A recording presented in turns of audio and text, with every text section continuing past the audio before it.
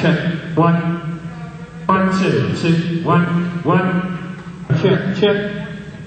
1, 2, 2. 1. 1, 2, 2, 1. Yeah, 1, 1, 2. 1, 2, check. 1, 8. 1, 2. 1, 2, 2.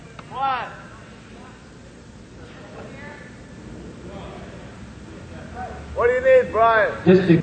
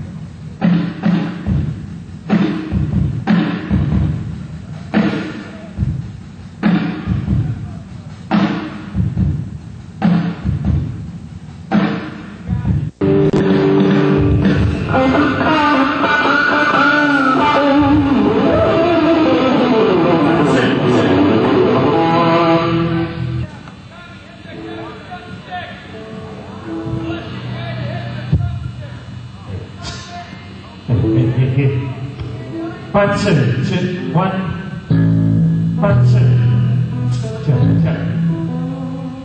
Woo!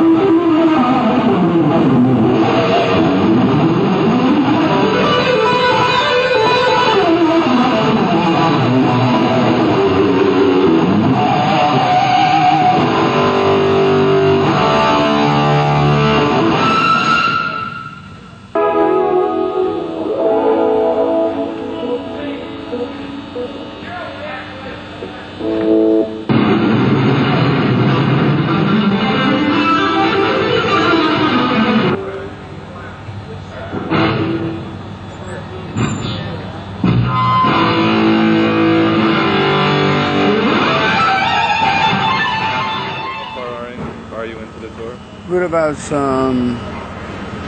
8 weeks into the tour.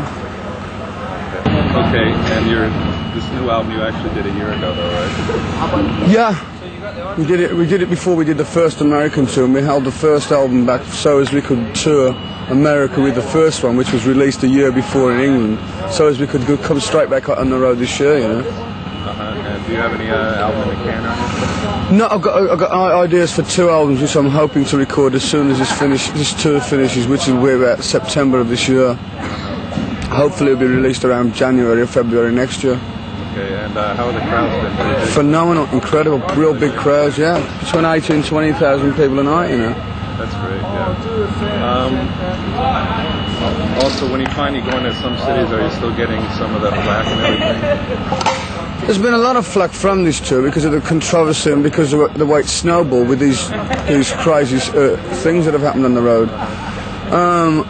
I am trying to play it down somewhat because we're getting a lot of hassle from the Animal Society because there's a rumour going around that I'm blowing up goats and I don't know where that come from, you know. Right, yeah.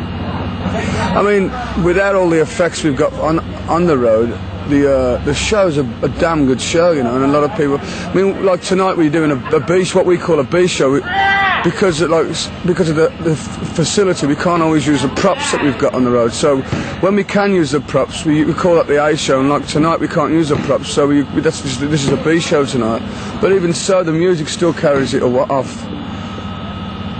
Yeah. Also, do you still talk to any of the guys from Sabbath at all? To be perfectly honest, I'm so busy myself that I don't really have the time to, because they're always one side of the world and I'm always the other. I'm so busy with my own project that I don't have time, you know. Why did Ward leave the band, you know? I really don't know. I haven't spoken to him since the day I left. Really, yeah.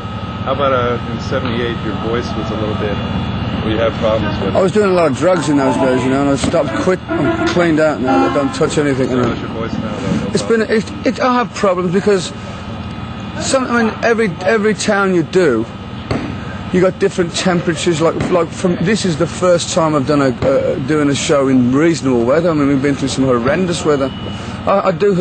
Sometimes I do have voice troubles, especially when I've been doing like 7 gigs on the shot, you know. I mean, how would you feel screaming your lungs up for an hour and a half every night for 7 nights a week? Yeah. You still live in that big house? No, I live on a bus now. No, you remember the house I used to live in during the 70s? Oh, I don't live in there anymore. I've divorced my wife since in those days. Yeah. So, how's the reaction in England compared to America? Are you bigger here, do you think? Oh, without a doubt. I mean, the American market is far more greater than it is in England, but I still have a very good following in England. But bands like Saxon and Motorhead are getting pretty popular in Europe. I don't know about Saxon so much as Motorhead are the biggest thing in Europe at the moment. They toured with us on the last tour. They're great guys, you know. Okay, so you said you have about 6 more weeks to go? No, it's September. To September? Yeah. Yeah, I saw you in Phoenix last year, and you seemed like you were touring all year then. But it's been a lot of, it's been very disciplinary for me because whereas Sabbath I gave up when I was drinking a hell of a lot of alcohol. I mean, this time of the day with Sabbath I'd have been on my back somewhere, you know, smoking marijuana or something, you know, getting crazy. But it's not worth it. I'm becoming very anti-drugs at the moment. I realise what now. When now I've cleaned myself out of it, I realise what an idiot I was. You know. Yeah, it seems like it can get really self-destructive a lot. You're under the influence of a drug, and it screws you up. You can't function. You wouldn't perform a brain surgery operation under the influence of a drug. It's the same thing with anything you do in life. When you've got to use your brain to do something, and you're under the influence of some kind of drug, it's just not fair to the people, you know. But don't you think it's part of our generation now and the whole music? No, I think we've got too much going for us in our generation. We have a lot. We're so free, and we don't realise how free we are. And there's too many people, for me, complaining about how free we are, you know.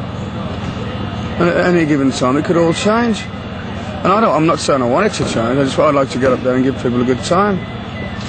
And people, you know, I've got this reputation of being I suppose I am crazy. I mean, who's more crazy than me for entertaining kids or people building the biggest thing to blow us all to kingdom come? I don't think so. No, but that's entertainment. That's a show. Yeah, but I've had a lot of controversial comments on this tour about how bizarre I'm getting and do you think you're taking it over the top and all this? Well, I'm not. It's just show business. That's all it is show business. No, you put on a good show, definitely. Yeah. I do my best. Some nights is better than others, you know.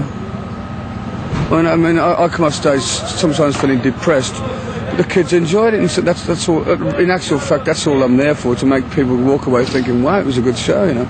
Then other times I thought I was pretty good, and they walked away thinking, you know, I think it's you can never win.